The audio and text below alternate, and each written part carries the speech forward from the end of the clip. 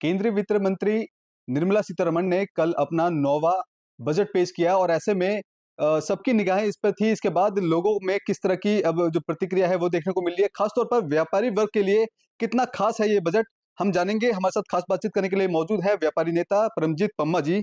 पम्मा जी, किस तरह देखते हैं व्यापारी होने के नाते जो बजट है कितना फेवर में आया आप लोगों के? देखिए, ये जो बजट है ये आर्थिक व्यवस्था के लिए तो बड़ा अच्छा बजट है। उसका हम स्वागत करते हैं माननीय प्रधानमंत्री जी का, माननीय वित्त मंत्री जी का। मगर देखा जाए तो इन्होंने कहीं पर जो मिडल क्लास है या मध्यम क्लास व्यापारी है, छोटे व्यापारी हैं, उनको अनदेखा किया है। क्योंकि इस बजट में हमें बड़ी उम्मीद थी कि हमें कोई पैकेज मिलेगा, किसी प्रकार की राहत मिलेगी, जीएसटी एक ही हिसाब से होगा।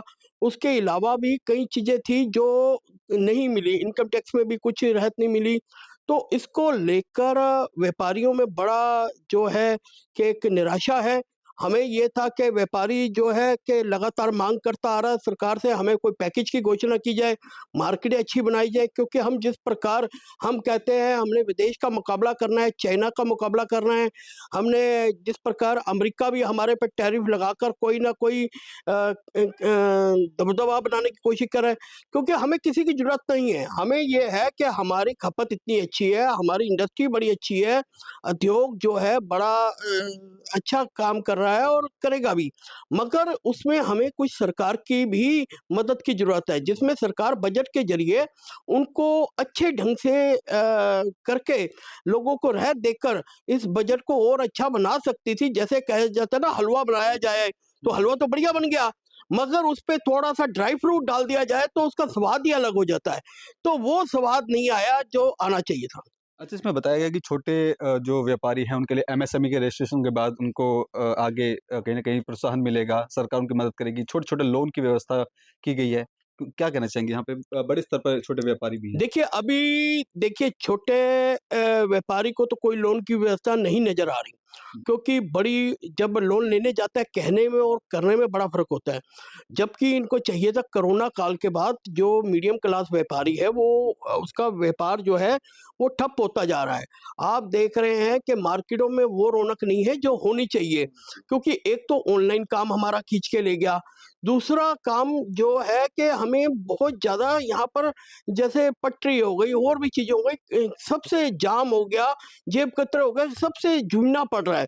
और इसके लिए हम सरकार से लगातार यही माँग करते आ रहे हैं कि आने वाले समय में व्यापारी को, जो मिडल क्लास व्यापारी है, वो एक ऐसा व्यापारी है जो सरकार के लिए एक मददगार साबित होता है। क्योंकि कारण क्या है, रोज़गार, रोज़गार की बात होती है, रोज़गार नहीं है।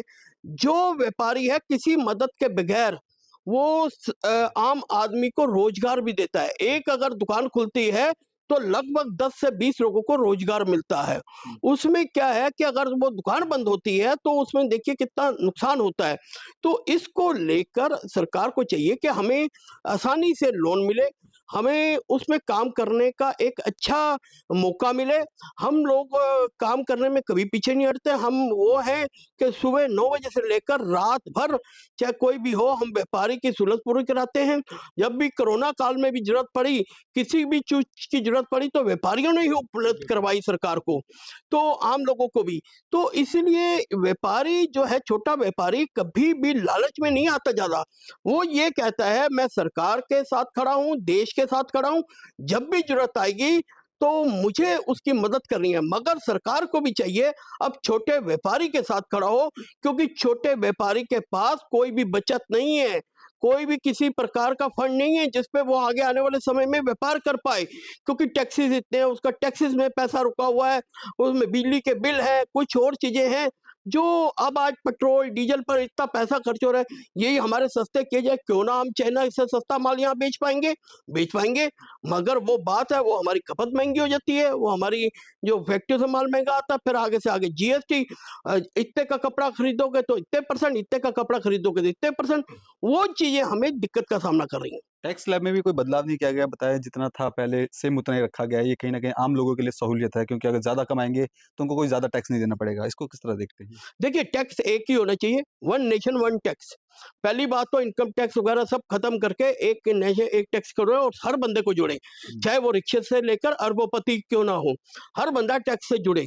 क्योंकि कारण क्या हो रहा है कि कोई चीज़ों पे तो 5% है, कई चीज़ों पे 12% है, वही सेम चीज़ें हैं, मगर उसके रेट के फ़र्क आने पे के पे इतना फ़र्क आ जाता है। उसमें कई चीज़ों में नुकसान हो रहा है, व्यापारी नहीं कर पा रहा पूरा, उसका मुकाबला नहीं कर पा रहा और मार्केट के हालात ये ऐसे हैं कि मंदे का दौर चल रहा है। हमें हर चीज़ के लिए अब ये सोचना चाहिए कि जिस प्रकार सरकार कहती है कि आप मेक इन इंडिया करें, आप अपना माल बेचें, तो वो कहाँ से बेच पाएँगे?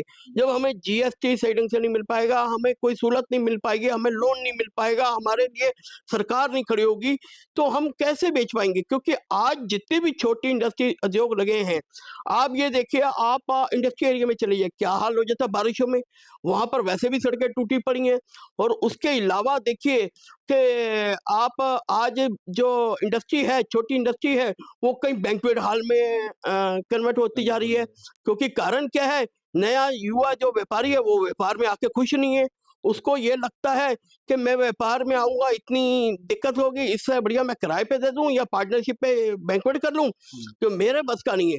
तो इसको लेकर सरकार को नवा युवा को एक तरह से परेशान करने के लिए कुछ न कुछ कागजी कार्रवाई भी कम करनी चाहिए। करनी चाहिए। अच्छा, इसमें एक इनकम टैक्स रिटर्न के जो पहले डेट थी 31 दिसंबर, उसको 1 मार्च कर दिया गया है। उससे कुछ व्यापारियों को फ़ायदा होगा? नहीं, इसमें तो ये तो कोई दिक्कत नहीं है, ये तो ठीक है, अच्छा है। थोड़ा-सा अब धीरे-धीरे जिस प्रकार सरकार इन चीज़ों पे कर रही है, तो हम उसका स्वागत भी कर रहे हैं। अब आने वाले समय में और भी चीज़ें होंगी, तो हम चाहते हैं इस पर भी दोबारा जो बजट आया, इस पर भी थोड़ा-सा करके एक मीटिंग बुलाकर छोटे व्यापारियों के लिए भी कोई सहूलत का करना चाहिए। छोटे व्यापारी के लिए, ठीक है। बहुत धन्यवाद। तो ये थे हमारे साथ परमजीत पम्मा जी, जो व्यापारी नेता हैं। इनका साफ तौर पे ये कहना है कि ये जो बजट आया है, खास तौर पर बड़े व्यापारियों के लिए कहीं न कहीं सहूलियत देता है, लेकिन छोटे व्यापारियों के लिए एक समस्या बनती हुई नज़र आ रही है। और ऐसे में सरकार से उम्मीदें लगाते हैं कि सरकार जब बजट लेके आती है, तो खास तौर पे छोटे व्यापारियों को ध्यान में रखकर उन बजट को पेश किया जाए, ताकि छोटे-मोटे व्यापारी छोटे-मोटे पैसे लेकर के व्यापार शुरू करते हैं। साथ ही इस बजट में ये भी बताया गया कि एमएसएमई के से जुड़ करके छोटे व्यापार को शुरू कर सकते हैं। लेकिन इनका साफ तौर पे ये कहना है कि ये जो बजट है पेश तो हो जाता है, लेकिन वो लोन की सुविधाएँ वो उन छोटे व्यापारियों तक नहीं पहुँच पाती है। कैमरा पर्सन कमलेश कुमार के साथ मैं संदेश सक्सेना, पंजाब केसरी.com, दिल्ली।